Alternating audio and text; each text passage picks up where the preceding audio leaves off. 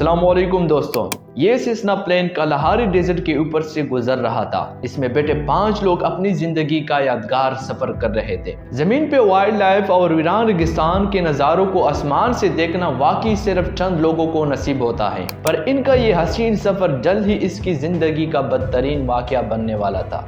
कलाहारी की बीचों बीच जहां इंसान का रहना इम्पॉसिबल है, वहां इनके जहाज में एक मसला पैदा हुआ और पायलट ने प्लेन को लैंड क्रैश कर दिया। तो अगर आप मेरे चैनल पर नए हो तो ऐसी इंफॉर्मेटिव वीडियोस के लिए मेरे चैनल को जरूर सब्सक्राइब करें। दोस्तों, साउथ अफ्रीका में situated Kalahari desert 9 lakh square kilometre area पर फैला हुआ है। ये दुनिया का छठा बड़ा डेजर्ट माना जाता है।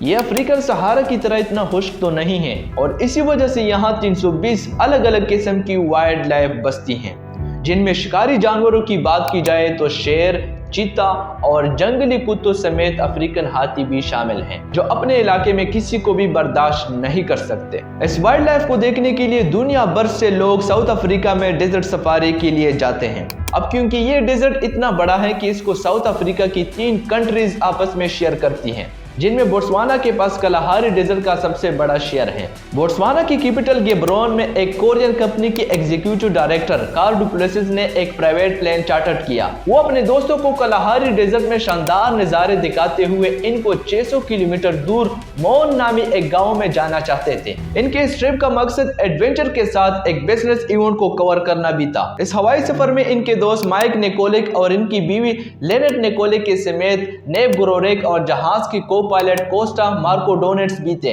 ये जहाज सेसना 414 ट्विन इंजन था, जिसमें ये 5 लोग बहुत एक्साइटेड होकर सवार हो गए। टेक ऑफ करते ही जहाज कलाहारी के ऊपर से होता हुआ मोन की तरफ रवाना हुआ था। ये सिर्फ 2 घंटे का सफर था, लेकिन एक ही घंटे के बाद लेनट, जो कि पहले ही से घबराई हुई थी, उसने एक प्लेन के वेंग में से ऑयल लीक होता देखा।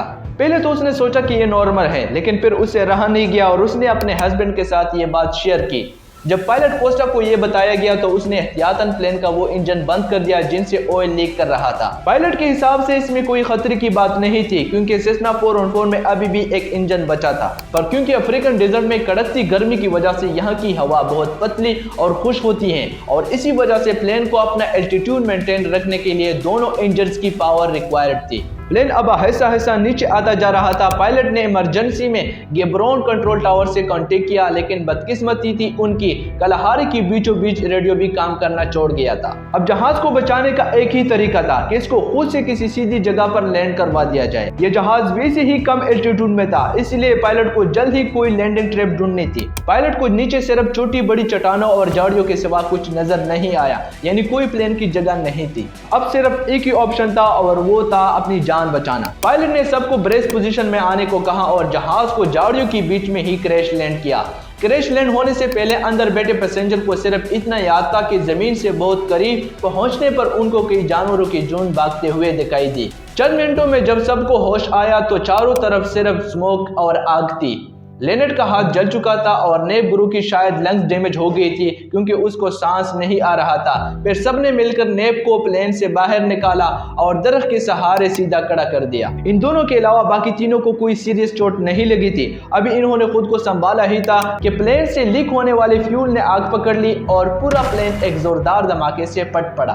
आपको बताते चले कि हर प्लेन में एक इमरजेंसी ट्रांसपोर्टर होता है, जो रेडियो खराब होने की सूरत में उनकी लोकेशन कंट्रोल टावर को भेजती है। जब पायलट ने यह इतराफ किया कि सेसना 414 में इमरजेंसी ट्रांसपोर्टर नहीं है, तो सबके पैरों तले जैसे जमीन ही निकल गई। यानी इसका मतलब था कि इतने बड़े डेजर्ट में इनकी लोकेशन अब किसी को भी मालूम नहीं है।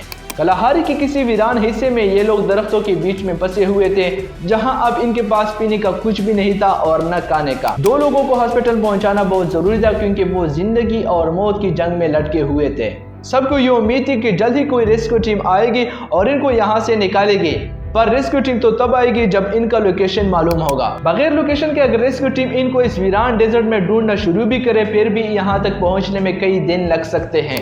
इतने में दिन ढलने लगा और इन्होंने प्लेन के तेल को इस्तेमाल करके एक बोन फायर लगा दी।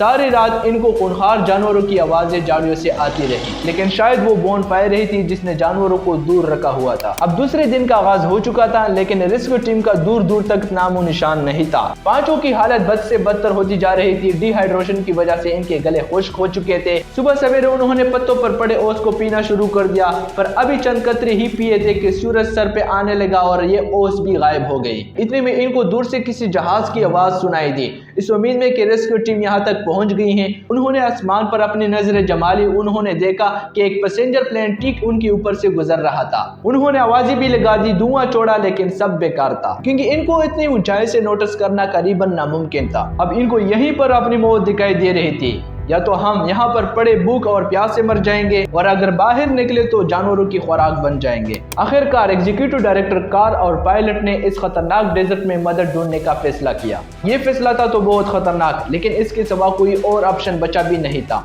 वो लोग अपनी जख्मी साथियों को पीछे छोड़कर रवाना हो गए। दूसरा दिन भी खत्म होने वाला था। क्रैश साइट में लेनेट और नेप्स की हालत अब मजीद बिगड़ती जा रही थी। पूरा दिन आग बरसाने वाली गर्मी ने इनको मजीद डिहाइड्रेट कर दिया था। दूसरी तरफ कार्ल और पायलट को भी पूरा दिन चलते रहने के बाद भी पानी का कोई खास सुराग नहीं मिला था। दूसरे दिन के रात को अचानक बारिश हो गई, पर यह इतनी थोड़ी देर के लिए हुई थी कि क्रैश साइट पर जख्मी साथी इस बारिश के पानी को जमा नहीं कर सके। प्लेन क्रैश को अब 2 दिन गुजर चुके थे। कार्ल और कोस्टा पायलट हाल से बेहाल लगातार डेजर्ट और बशर्स में चलते रहे, लेकिन मजाल है कि इनको कोई इंसान नजर आए या फिर कोई पानी का जहीरा। अब इनको ये शक होने लगा कि ये सही डायरेक्शन में जा रहे हैं कि नहीं। दूसरी तरफ क्रैश साइट में अब नेब को एक्सट्रीम डिहाइड्रेशन और डैमेज लंग्स की वजह से पैनिक अटैक होना शुरू हो गए, क्योंकि वो 2 दिन से सीधा खड़ा हुआ था। उसने अकेले ही जंगल में जाने का फैसला किया। वो थोड़ा ही आगे गया तो रात को पड़ने वाली बारिश का पानी एक दरख्त की सुराख में इकट्ठा हुआ पाया। ये मुश्किल से एक गिलास पानी भी नहीं था, जिसको सबने शेयर करके पिया। तीसरा और चौथा दिन सबने ऐसे गुजारा जैसे वो अब हिम्मत हार चुके हों और बस सिर्फ अपनी मौत का इंतजार कर रहे हों। लेनेट के जख्म पर कीड़े पड़ चुके थे, तो दूसरी तरफ कार्ल और पायलट कोस्टा पिछले 4 दिनों से चल ही रहे थे। यह भी एक चमत्कार था कि अफ्रीकन बशर्स में बिना एक्सपीरियंस के वो अभी तक किसी जंगली जानवर का शिकार नहीं हुए थे। 5वें दिन की एंडिंग पर कार्ल और पायलट को दूर से एक हट की छत दिखाई दी। पहले तो उनको लगा कि शायद ये उनका वहम है, क्योंकि रास्ते में इनको कई बार ऐसे ख्याल आ चुके थे। वो वाकई एक हट था जिसके अंदर एक लड़की बैठी हुई थी। ये देखकर इनके जान में जान आ गई। उन्होंने वहां सबसे पहले अपनी प्यास बुझाई और रेडियो के जरिए से कंट्रोल टावर को सारा किस्सा सुनाया। रेस्क्यू टीम पहले ही से इनको कलहारी में तलाश कर रही थी, लेकिन सही लोकेशन नामालूम होने की वजह से वो डेजर्ट के दूसरे हिस्सों में इनको ढूंढ रहे थे। प्लेन क्रैश के छठे दिन सुबह सवेरे क्रैश के साइड पर तीनों दोस्तों का करीबन सांस निकल ही चुका था कि हेलीकॉप्टर की आवाज ने इनमें जैसे जान भर दी हो। आखिरकार रेस्क्यू टीम क्रैश साइट पर पहुंच चुकी थी। इस प्लेन क्रैश में बचने वालों का कहना है कि मौत से चंद सेकंड पहले रेस्क्यू टीम का वहां पर आना किसी चमत्कार से हरगिज कम नहीं है। कार्ल और पायलट का अपने दोस्तों को छोड़कर मदद के लिए निकलना वाकई एक अच्छा फैसला साबित हुआ। इस सारे वाकये में सारे ही लोग बच गए, लेकिन 2 सालों बाद पायलट एक और प्लेन क्रैश में अपनी जान खो बैठा। उम्मीद है कि आपको ये वीडियो अच्छी लगी हो। इजाजत दीजिए। अल्लाह ने के बाद।